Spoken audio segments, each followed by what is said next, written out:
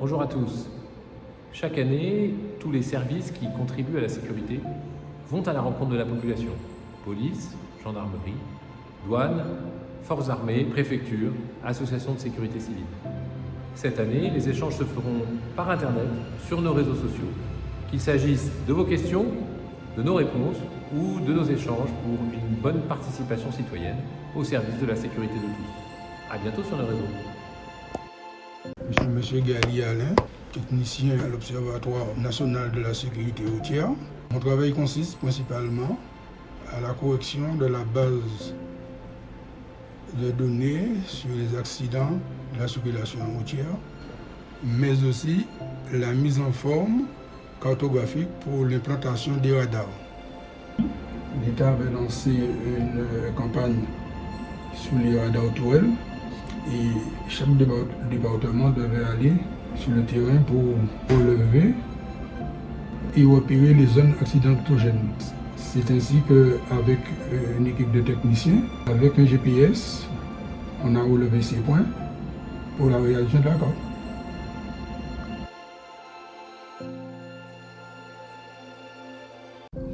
Alors, je suis le médecin lieutenant-colonel Daniel Vigier, donc médecin sapeur-pompier depuis un bon nombre d'années, depuis 1991 de mémoire. Donc, je suis médecin sapeur-pompier volontaire. Le médecin sapeur-pompier, il a une activité au sein du service de secours médical, le service médical, ce qu'on appelle le 3SM. Donc, ce service qui comprend aussi bien des médecins que des experts, notamment psychologues, et aussi un service infirmier. Donc interviennent dans l'aptitude des sapeurs. Le second élément, c'est qu'il faut savoir que le service de secours médical a aussi en son sein un pharmacien chef, donc qui est chargé de ce qu'on appelle la PUI, c'est-à-dire la pharmacie à usage intérieur. Donc c'est une pharmacie, à l'occasion de faire visiter cette pharmacie avec la présence de la pharmacienne.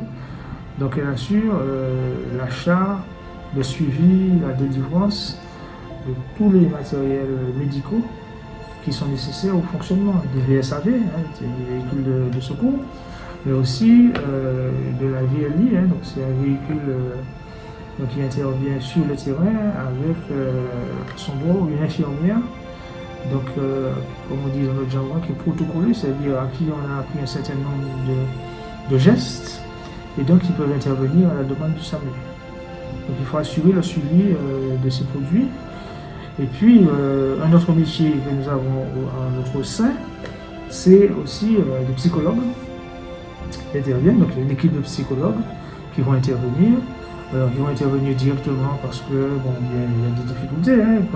Quand vous voyez que vous avez un sapeur-pompier, surtout un jeune sapeur-pompier, qui se retrouve dans une situation où il y a un décès, par exemple, en pendaison, ou bien un enfant qui se noie, ou encore, je sais pas moi, des coups de fusil, des fois, mais il faut débriefer, il faut les accompagner. Et donc, le rôle de ces psychologues, c'est de les accompagner. On est là pour travailler. Et donc, on le fait en se faisant plaisir surtout. Vous avez bien vu que derrière tout ça, il y a une passion. Aimer ça, on n'explique pas ça. Le métier de sapeur-pompier, c'est une vocation. On n'oblige personne à venir. Et ceux qui veulent y travailler sont les bienvenus. D'ailleurs, je vous inciterai, vous avez tout à fait l'étoffe et la carrure pour venir nous aider. Et peut-être c'est vous qui allez me brancarder un jour, quand je serai défaillant. Et chacun son tour.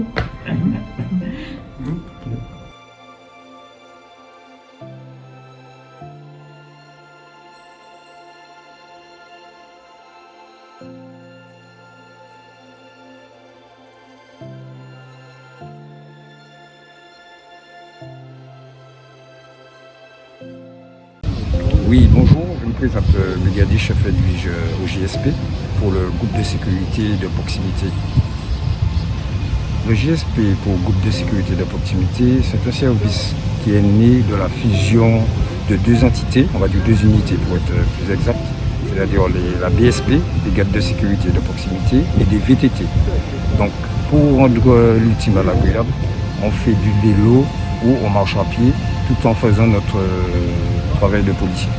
C'est un service qui est vite monté en puissance, surtout avec les instructions ministérielles, à savoir le PSQ, police de sécurité du quotidien, qui propose 6 axes d'intervention pour notre service, auquel au préalable on faisait déjà 2 axes principaux, à savoir renforcer la sécurité au centre-ville, une présence accrue des fonctionnaires, dispatchés de façon, en fonction des horaires, en fonction de la délinquance qui se présente.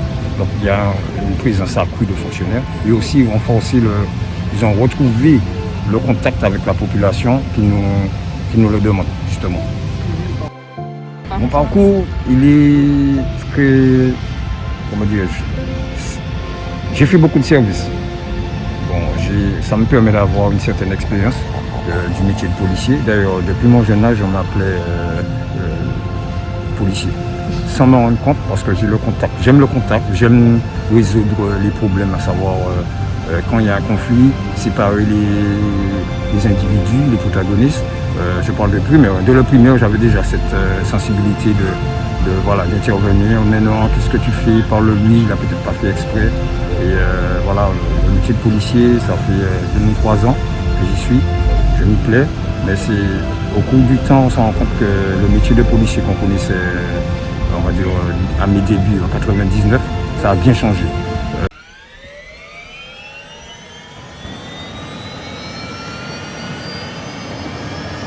Martinique France, gendarme, bonjour, c'est l'écureuil gendarmerie, on est au PE, on souhaiterait la mise en route, on a copié Lima. Nous sommes 5 à bord, un vol vers Trinité, une autonomie d'1h30. Gendarme reçu, le vent est calme, rappelez côte ouest Martinique. On transate, on décolle, on rappelle côte ouest Martinique, gendarme. C'est libre à gauche. À droite également. Dans la machine, la T4, le couple, les NG, on a 96, les pression et température et les NR, c'est bon. On est autorisé à décoller dans l'axe, c'est parti.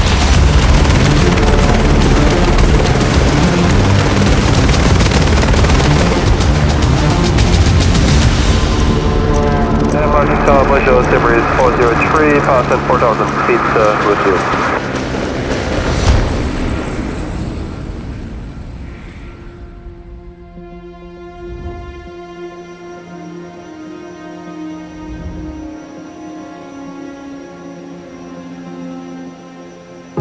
On a un panel extrêmement large de missions, de jour, de nuit. On est disponible H24 et 365 jours sur 365. On a des missions qui sont prévues et puis on a des missions d'extrême urgence. Donc on reçoit un appel téléphonique au bureau opération. Le pilote de permanence décroche, s'exprime sur l'opportunité de faire décoller l'hélicoptère et propose une solution à son interlocuteur. Le mécanicien prend en compte sa machine, il fait ce qu'on appelle une visite avant vol. Il regarde ses niveaux, les optionnels dont il a besoin. On met en œuvre la machine sur la piste. Le pilote et le mécanicien se font un petit briefing sur la mission et sur les consignes de sécurité. Le pilote fait sa mise en route. Le mécanicien assure la sécurité aux abords et la sécurité de l'équipage ou des personnes embarquées. Puis on fait la mission. Martinique 2, gendarme, on passe Shelcher, 1000 pieds sur le trait de côte.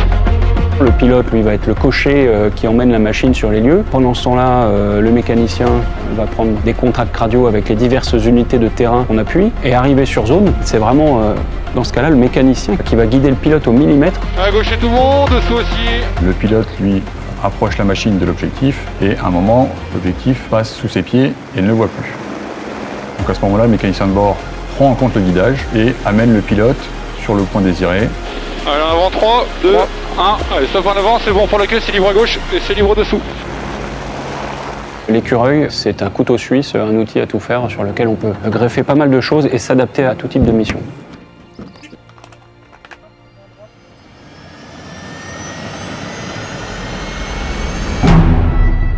Nous pouvons installer sur la machine une caméra ESIS. C'est une caméra qui est capable d'enregistrer à grande distance des événements de jour comme de nuit. Les missions de sécurité routière notamment, on est une aide précieuse puisque depuis les airs, on a une vision très large de la situation. Ça nous permet aussi d'assurer la sécurité des gens au sol qui n'ont pas besoin de prendre de risques inconsidérés pour aller relever une infraction.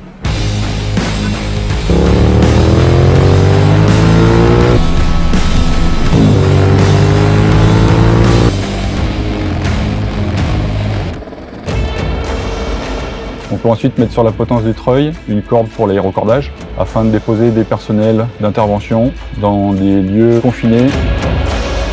Sur la Martinique, on a une antenne GIGN qu'on appuie sur un panel large de missions. On peut également transporter une équipe de 3, les faire descendre sur un point inaccessible par la route de manière très rapide.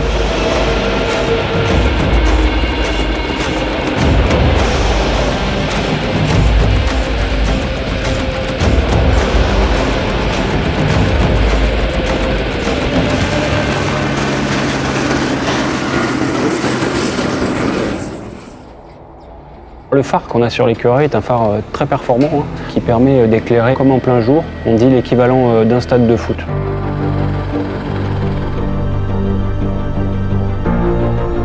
Il peut à la fois servir pour la fouille. On peut imaginer une recherche dans une lisière, dans un champ, à la surface de l'eau. Et également, il ne faut pas négliger le gros impact psychologique qu'a sur l'adversaire ce phare.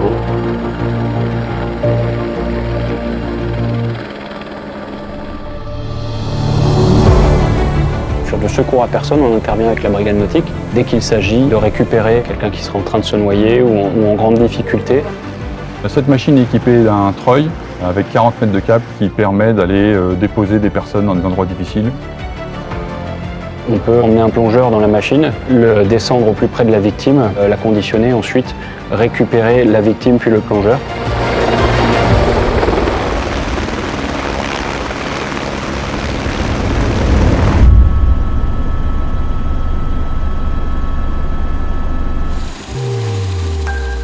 Une fois qu'on est posé, il y a parfois une petite action de maintenance à faire. Ça commence déjà par le plein de la machine à faire pour le vol suivant. L'équipage rentre la machine dans le hangar. Le pilote s'attelle à la rédaction des comptes rendus de vol, qui sont des vraies pièces de procédure judiciaire, qui peuvent être insérées dans des dossiers d'enquête. Et le mécanicien prend en compte la machine. Sa mission est terminée lorsque la machine est réintégrée et est prête à repartir pour une nouvelle mission. Je pense que je fais un métier qui a du sens. On est au service de la population, nous sommes un vecteur pour la gendarmerie, pour les unités au sol, pour les personnes qui en ont besoin. Cette appartenance à la gendarmerie, ça donne un sens à la mission, ça donne un sens au quotidien du pilote et du mécanicien. Bon rappel final sur le secteur de Saint-Pierre, gendarme. Tout ça c'est très enrichissant, très gratifiant. On est content des fois le soir d'avoir réussi une belle mission et de se dire qu'on a servi à quelque chose.